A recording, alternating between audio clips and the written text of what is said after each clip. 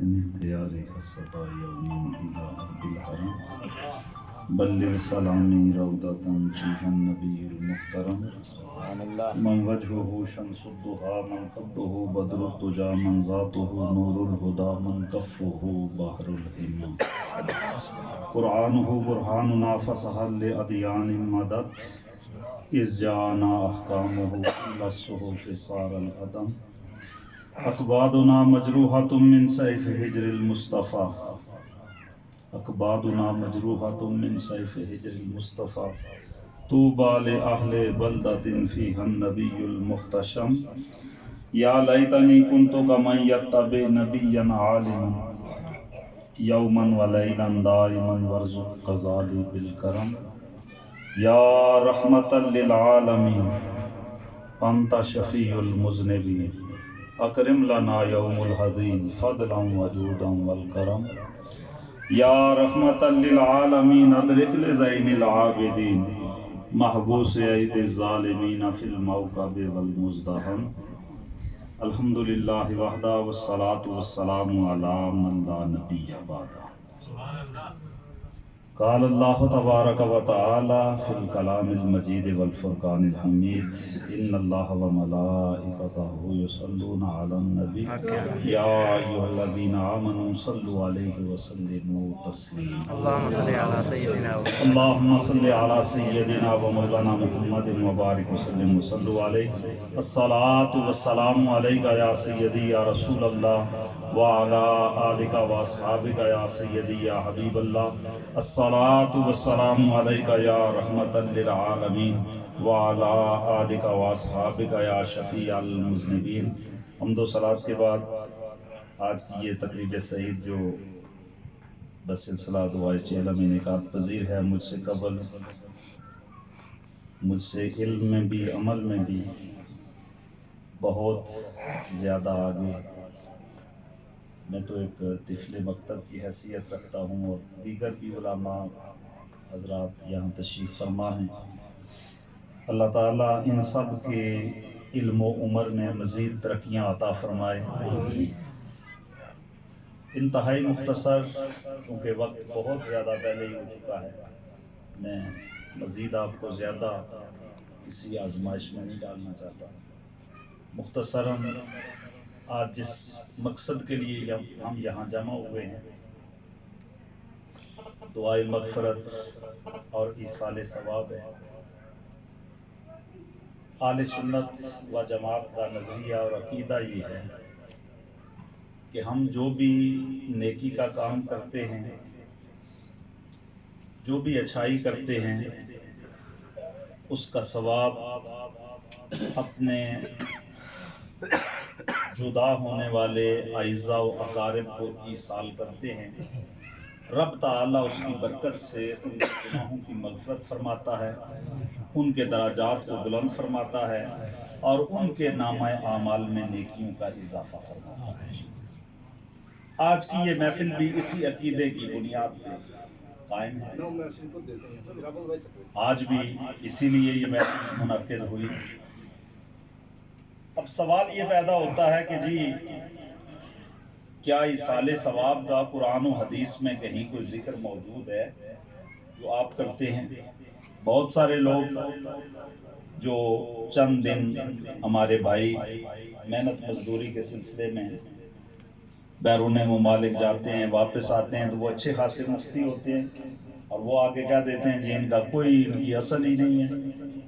حالانکہ حضور رحمت عالم صلی اللہ تعالی علیہ وسلم نے دین کا کوئی پہلو کوئی گوشہ تشنا نہیں چھوڑا رحمت عالم نے ہر سائیڈ پہ جدھر آپ رخ کریں گے نا حضور نے رہنمائی چھوڑی ہے آقا کریم علیہ السلام کی بارگاہ میں حضرت سعد آئے صحاح ستہ کی یہ روایت ہے حضور کی بارگاہ میں آ کے عرض کی یا رسول اللہ میری ماں فوت ہو گئی ہیں میں ان کے لیے کوئی نیکی کر سکتا ہوں کوئی صدقہ حضور نے فرمایا ہاں یا رسول اللہ کون سا صدقہ ان کے لیے بہتر ہے حضور رحمت عالم نے فرمایا قال الماء حضور نے فرمایا پانی کا صدقہ پانی کا صدقہ ان کے لیے کرو. پانی کا صدقہ ویسے بھی کیا کریں، کوشش کیا کریں، لوگوں کو پانی پلایا کریں. پانی پلانے کا بڑا اجر ہے. رحمت عالم نے فرمایا پانی کا صدقہ کرو،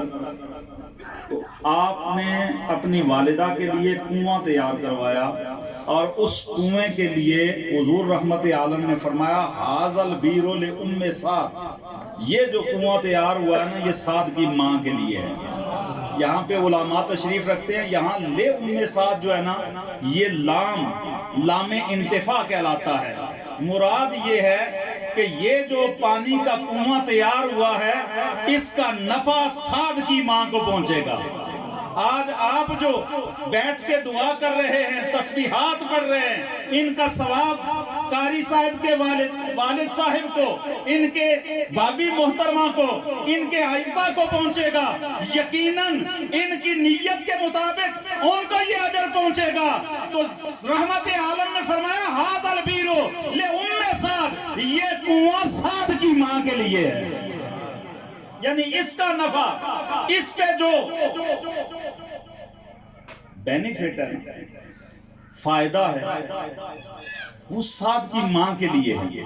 سعد کو بھی ملے گا، محروم وہ بھی نہیں رہیں گے، لیکن ماں کے لیے نیت یہ تھی کہ ماں کے لیے صدقہ کر رہا ہوں. آقا نے فرمایا یہ کنواں سعد کی ماں کے لیے ہے. اور بھی بہت ساری باتیں ہیں. تھوڑا سا اس بات کو اور آسانی کے ساتھ آپ کے ذہن تک پہنچاؤں. جو ہم دعائیں کرتے ہیں، اجتماع کرتے ہیں، بیٹھتے ہیں، دعائیں مانگتے ہیں، لوگ کہتے ہیں کہاں ہیں؟ سنیے حضور کی حدیث. آقا کریم فرماتے ہیں مل میت فی القبر الا کالغریق المتغوص ینتظر دعوتاً تلحقہ من ابن او ام او اخ او صدیق فاذا لاحقتہ کان احب الیہ من الدنیا وما فیہا ان اللہ تعالی لا یدخل علی اہل القبور من دعاء اہل الارض کامثال الجبال وان ہدیۃ الاحیاء الی الاموات الاستغفار لهم. رحمت عالم نے فرمایا مل میت فی القبر، نہیں ہے میت قبر میں، الا کالغریق المتغوص، مگر ڈوبنے والے فریادی کی طرح. جس طرح ڈوبنے والا فریاد کرتا ہے نا مجھے بچاؤ، قبر والا بھی فریادی کی طرح اس ڈوبنے والے فریادی کی طرح ہے. یا رسول اللہ یہ تو اپنے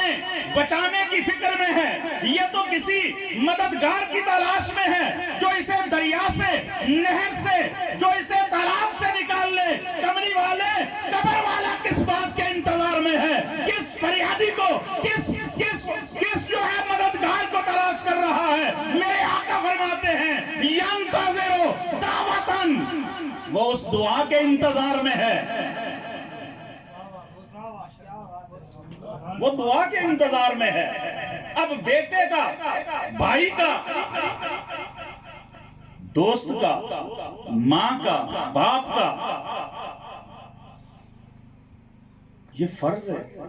کہ وہ اپنے بیٹے کو دعا میں یاد رکھے، وہ اپنے باپ کو دعا میں یاد رکھے، وہ اپنے دوست کو دعا میں یاد رکھے. نہیں رکھتا تو اس کی مرضی. رحمت عالم نے فرمایا ینتظر دعوتاً، او دوستی کی باتیں کرنے والے، او بیٹا بیٹا کہہ کے پکارنے والے، او باپ کا نام لے کے آنسو بہانے والے، تیرا باپ قبر کے اندر تیری دعا کا منتظر ہے، تیرا بھائی قبر کے اندر تیری دعا کا منتظر ہے، تیری ماں تیری قبر کے اندر تیری دعا کا انتظار میں ہے، تیری بہن قبر کے اندر تیری دعا کے انتظار میں ہے، تیرا دوست جس کے بغیر لمحہ نہیں رہتا تھا آج تیری دعا کا منتظر ہے قبر میں. اب تیری مرضی ہے، میری مرضی ہے کہ ہم دامن پھیلا کے اس کے لیے دعا مانگتے ہیں یا یہ کہہ کے جان چھڑا لیتے ہیں کہ دعاؤں کا ثبوت ہی کوئی نہیں. اگلی بات سنیے فَإِذَا لَحِقَتْهُ كَانَ أَحَبَّ إِلَيْهِ مِنَ الدُّنْيَا وَمَا فِيهَا، جب وہ تیری دعا باپ کو پہنچتی ہے، ماں کو پہنچتی ہے، بھائی کو پہنچتی ہے، دوست کو پہنچتی ہے، تو وہ اس کے لیے اتنی محبوب ہوتی ہے، وہ اتنی اسے پسند ہوتی ہے کہ اگر دنیا میں رہتے ہوئے اسے دنیا اور اس کی ساری نعمتیں مل جاتی تو وہ اتنا خوش نہ ہوتا جتنی ایک تیری دعا سے خوش ہو رہا۔ وہ قبر کے اندر تیری دعا کو پا کے، اس دنیا کی ساری نعمتیں پا کے اتنی خوشی محسوس نہ کرتا جتنی وہ تیری ایک دعا سے خوشی محسوس کر رہا۔ اب تیری مرضی ہے کہ اپنے جانے والے کو خوش کر یا اسے ناراض رہنے دے۔ ان ہدیت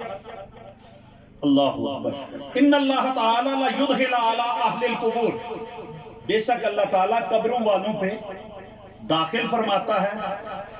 کأمثال الجبال، پہاڑوں جیسی بڑی بڑی نیکیاں، پہاڑوں جیسی بڑی بڑی نیکیاں، پہاڑوں جیسی نیکیاں۔ آپ سوچیں گے کہ نیکی اتنی، حضور رحمت عالم نے فرمایا نا، سیاح کی حدیث، آقا فرماتے ہیں کہ جب بندہ نماز جنازہ میں شریک ہوتا ہے تو اسے ایک کی رات ثواب ملتا ہے۔ اگر وہ قبر پر ٹھہرتا ہے، مٹی ڈالتا ہے، دعا تک شامل رہتا ہے تو اسے 2 کی رات ثواب ملتا ہے۔ آقا سے پوچھا گیا، آقا جی بتائیے 1 کی رات کتنا وزن ہوتا ہے؟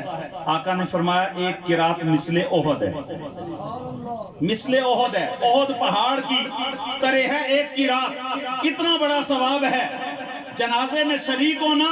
اور پھر جنازے کے بعد قبر تک ٹھہرنا اور قبر پہ دعا کے لیے کھڑے ہونا، دعا کرنا، یہ اتنا بڑا اجر ہے کہ احد پہاڑ کی طرح کی 2 نیکیاں اس بندے کو ملتی ہیں جو قبر تک ٹھہر کے دعا کرتا ہے۔ معذرت نہ اصلا یہ کل کوششیں ہوئی کہ جنازے جلیہ تو منہ دسیہ سے نکلی ہے، جلدی کام ختم ہو جائے اور ہم بھاگنا شروع کر دیں اور اپنے کام کاج میں مشغول ہو جائیں۔ جہاں جائیں ثواب بھی کمایا کریں، کوشش کیا کریں کہ زیادہ ثواب حاصل کریں، اور جنازے میں جائیں بھی تو اس نیت سے نہیں جائیں کہ منہ دکھانے جا رہے ہیں، اس نیت سے جائیں کہ ہمارے پیارے نبی کی امت کا ایک فرد، ہمارا ایک مسلمان بھائی، مومن بھائی اس دنیا سے جا رہا ہے، ہم اس کے اعزاز میں جا رہے ہیں اور اس کے لیے ہم رب کی بارگاہ میں دامن پھیلا کے دعا کریں گے پروردگار عالم اس کی قبر کو بقائے نور بنا دے۔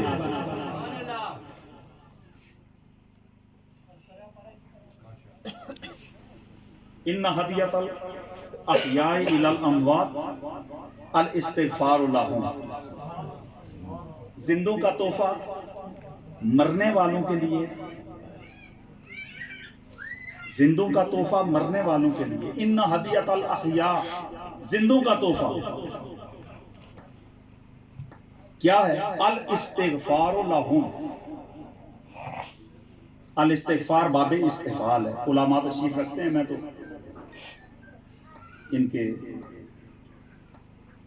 جوتے سیدھے کرنے کے بھی قابل نہیں اپنے آپ کو سمجھتا۔ الاستغفار باب استفعال ہے، طلب مغفرت، کہتے ہیں دعا کا کہیں ثبوت نہیں۔ میرے آقا فرماتے ہیں ان ہدیۃ الاحیاء الاستغفار لہم، زندوں کا تحفہ مرنے والوں کے لیے رب کی بارگاہ میں دامن پھیلا کے دعا مانگنا ہے۔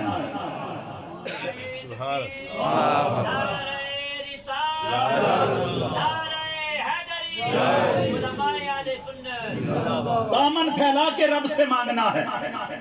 اب یہ پلی لینا کہ جی جنازہ اٹھانے سے پہلے دعا کا کہیں ثبوت نہیں، جنازہ اٹھا کے 40 قدم کے ثبوت نہیں، جنازہ پڑھ کے ثبوت نہیں، جمعرات کا ثبوت نہیں، چیلم کا ثبوت نہیں۔ ارے میرے آقا فرماتے ہیں اے زندے، جب تو زندہ ہے تب تیری دعا کا تیرا جانے والا عزیز محتاج ہے، اور تب اس کے لیے تیری دعا تحفے کی صورت میں ہے۔ ادھر تو دعا کرے گا، ادھر وہ تحفے کی صورت میں اسے قبول کر کے خوش ہو جائے گا۔